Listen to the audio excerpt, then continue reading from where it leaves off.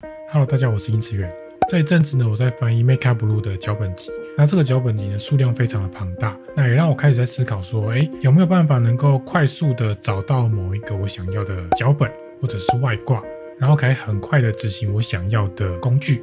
那我一开始的想象是 Mac 电脑的 Spotlight 的搜寻框，甚至还想到说，是不是要为 Glyphs 做一个专门寻找工具的外挂。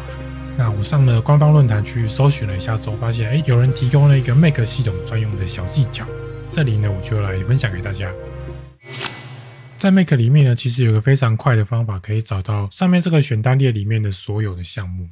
就是在说明这里点开，里面有一个搜寻栏，那它的快捷键呢是 Shift Command 加上斜线。Mac 系统呢会把焦点移到这个搜寻的栏位里面，那这时候呢，你只要记得你的外挂或者是脚本叫做什么名字，你就可以用打字的方式去执行你要的这个外挂或者是脚本。像假设我想要显示一个叫做 Label Color 的外挂，然后就直接打 LAB， 它呢就会把所有名称里面有 LAB 这几个字母的项目全部都列出来。那你用方向键往下选呢，它就可以切换。同时呢，它会用非常醒目的方式告诉你这个条目在选单里面的哪个位置，然后就按 Enter， 它呢就会执行这个外挂。那脚本呢也可以执行，比如说我打直横排切换好了，它叫做 Toggle Horizon 这个，它呢就可以执行我想要的脚本。你只要记得名字，你就可以直接用输入的方式去执行它，而不用到选单里面一个一个去点选去切换。那当然这个功能呢，它不只是在 Glyphs 里面可以用，在 Mac 系统里面的所有的软体都可以使用这个功能。只要你要找的功能呢是在选单里面，就可以用这样的方式去执行它。比如说这里是我的 Illustrator， 这阵子呢我有在介绍 Illustrator 里面的一个 Font Self 的外挂。那我同样呢也可以用 Shift Command 加斜线的方式去搜寻这个外挂，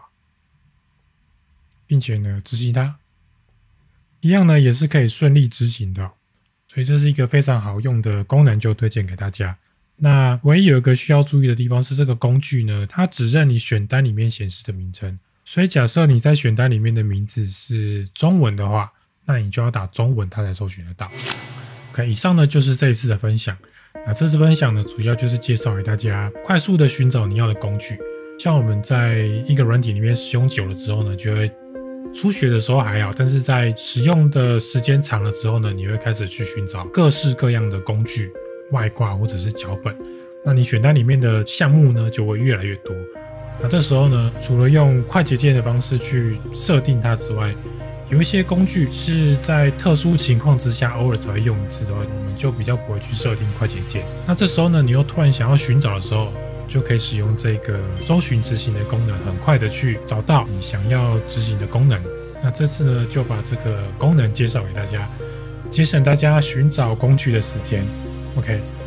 那如果喜欢这部影片呢，就欢迎帮我按赞，然后分享，也欢迎订阅追踪我的频道。那如果你有任何的意见或者是建议，欢迎在下面留言让我知道。那我是殷志远，下次见啦，拜拜。